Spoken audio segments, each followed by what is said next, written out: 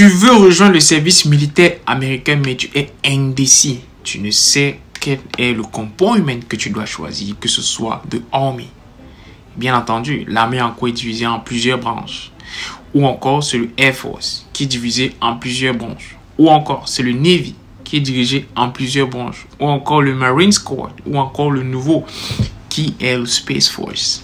Tu ne sais quelle est la filière que tu dois partir ou bien encore quel est le comportement que tu dois partir. Beaucoup de personnes nous écrivent en nous disant, je viens d'arriver en Amérique, on voit tes vidéos, c'est cool et tout, mais est-ce que tu peux m'orienter sur le choix du comportement? J'ai une réponse simple à vous donner. Je ne suis pas vous et vous n'êtes pas moi.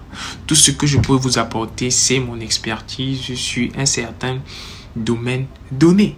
Et quand on parle ici du domaine donné, c'est par rapport à vos demandes, c'est par rapport à vos différentes obligations.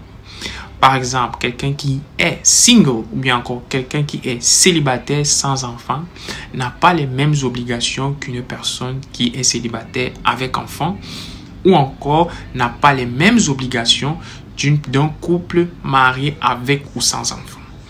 Il y a beaucoup de facteurs à prendre. D'un autre côté aussi, il faut regarder ceux-là qui arrivent en Amérique et qui habitent chez les autres avec des différents problèmes. Il y a encore cela à remarquer.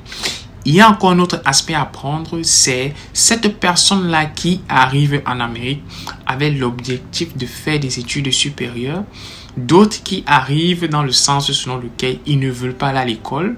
Ils veulent juste se focaliser sur un job ou encore se focaliser sur une simple certification. Ils disent que l'école pour eux c'est comme ça. Ils veulent juste, c'est fini comme ça. Ils veulent juste rejoindre l'armée américaine pour avoir, entre parenthèses, les bénéfices. D'autres nous écrivent en nous disant, ok, je veux juste avoir les bénéfices de l'armée américaine. Mais il faut comprendre une chose, c'est que vous soyez dans tous les différents comportements du service militaire américain, vous avez approximativement les mêmes bénéfices. Il n'y a pas un service militaire qui dépasse l'autre. Il faut déjà que vous ayez ça dans votre tête. Il n'y a pas un service militaire qui dépasse l'autre. Tout dépend de ce que vous voulez. C'est pour cela que la plupart des gens qui nous écrivent, bien encore la plupart des gens avec qui nous avons des discussions, c'est la première question que l'agence OPQ Constructive vous pose. C'est la première question que je vous pose. Qu'est-ce que vous voulez? Quelles sont les conditions dans lesquelles vous vivez en Amérique? Ou encore, comment est-ce que vous vous projetez dans les 3, 4, 5 prochaines années? C'est en fonction de ça que nous établissons un plan pour savoir que, ok, voilà comment est-ce que vous devez avancer pour pouvoir choisir un job ou encore pour pouvoir choisir un comportement dans le service militaire américain. Vous voyez que de prime abord déjà, il y a un travail minutieux que vous devez faire par vous-même. Et quand on entend par de travail minutieux ici, c'est répondre à une question. Qu'est-ce que vous voulez? Voulez-vous vous focaliser sur un job technique qui va seulement être dans l'armée américaine et que vous allez retire seulement sur ça? Ou bien voulez-vous avancer dans votre carrière parce qu'en Amérique, si vous n'avez pas un diplôme américain, il sera vraiment difficile pour vous de faire carrière dans ce pays. Et je le précise généralement dans toutes mes vidéos, c'est que vous devez avoir un diplôme américain pour pouvoir vraiment poursuivre une très bonne carrière dans l'armée américaine ou encore dans la vie civile aux États-Unis d'Amérique. Donc, une fois que vous avez répondu à la question de qu'est-ce que je veux, maintenant, nous allons regarder en fonction de ce que vous voulez. Le type de comportement en rapport avec, bien sûr, ici, la petite expérience que nous avons. Nous allons vous dire exactement, si vous partez active duty et vous voulez être, je ne sais pas trop, nurse plus tard ou être docteur plus tard, voilà ce que vous devez faire. Si vous voulez faire ceci, voilà ce que vous pouvez faire. Si vous voulez faire X ou Y chose, il y a un nombre incontournable de possibilités. Il faut comprendre une chose, c'est que la relation entre military et personnel, c'est-à-dire si vous êtes dans l'armée, cette relation est toxique. Vous devez profiter de ce que l'armée vous donne. Vous devez profiter de ce que le service militaire américain vous donne. Et pour que vous puissiez profiter de ce que le service militaire américain vous donne, il faut d'abord savoir ce que vous voulez. Nous revenons toujours sur ça. Vous devez savoir exactement ce que vous voulez. supposons que vous avez choisi de faire le Air Force. Vous devez savoir qu'est-ce qu'il vous faut, comment est-ce qu'il vous faut être dans le Air Force, quelles sont les différentes qualifications, par exemple, pour être dans le Air Force. Et pour savoir le système militaire américain global, vous devez vous focaliser sur votre statut d'immigrant ou encore votre statut en Amérique. Vous devez avoir deux. Il y a deux possibilités. Soit c'est la green card, soit vous êtes citoyen américain. Ensuite, maintenant, nous tombons sur le deuxième palier. Le deuxième palier, c'est quoi? C'est que vous devez avoir soit le baccalauréat ou encore en Amérique, ce qu'on appelle le high school, ou bien l'équivalent de ce high school en Amérique, appelé le GED. Si tu ne sais pas ce que c'est que le GED, nous avons fait une vidéo assez détaillée sur le GED. Allez dans la chaîne, vous allez trouver la vidéo qui parle du GED, comment l'avoir et tout et tout. Ensuite, maintenant, en fonction de votre diplôme, si vous avez le bac ou bien si vous avez le GED, la suite est différente parce que ceux qui ont le bac, il y a le score des ASVAB. Et ceux qui ont le GED, il y a le score des ASVAB qui est requis pour cela. Maintenant, on va entrer de prime abord. On va maintenant entrer dans le ASVAB.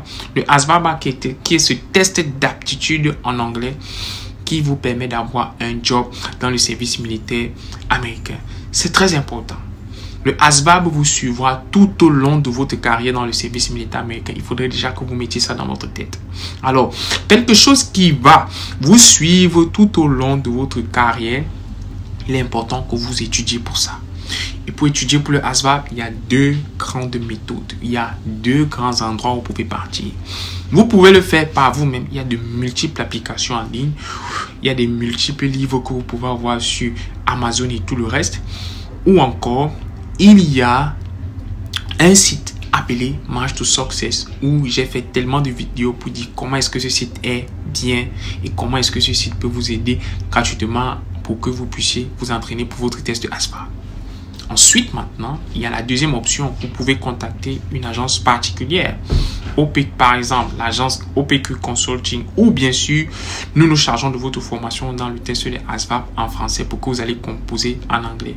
Il est mieux approprié pour quelqu'un qui vient des pays francophones, qui suit notre chaîne, qui soit formé par nous parce que nous connaissons vos besoins.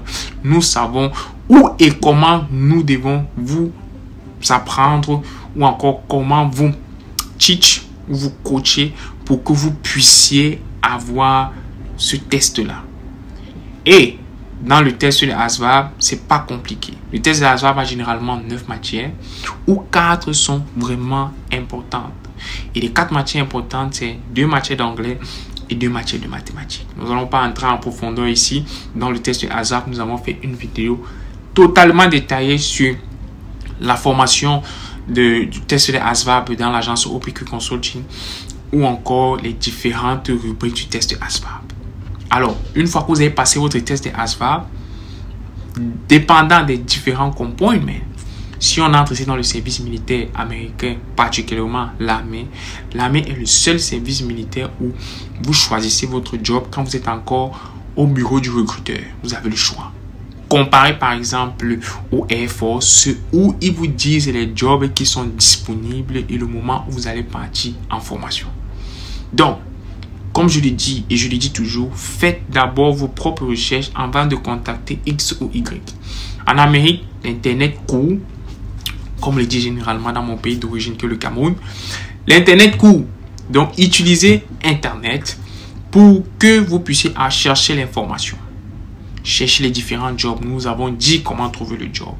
Et une fois que vous avez passé votre test de ASVAB, vous avez passé votre visite médicale, on vous a fait le background check, vous êtes ready pour entrer dans le service militaire américain, signer votre contrat, aller au basic training, terminer ce qu'on appelle l'école à l'intérieur du service militaire et ensuite aller dans votre duty station pour commencer votre service militaire proprement dit.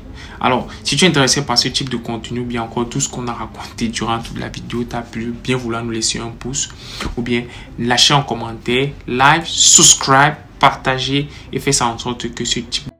Il est l'heure de faire votre choix.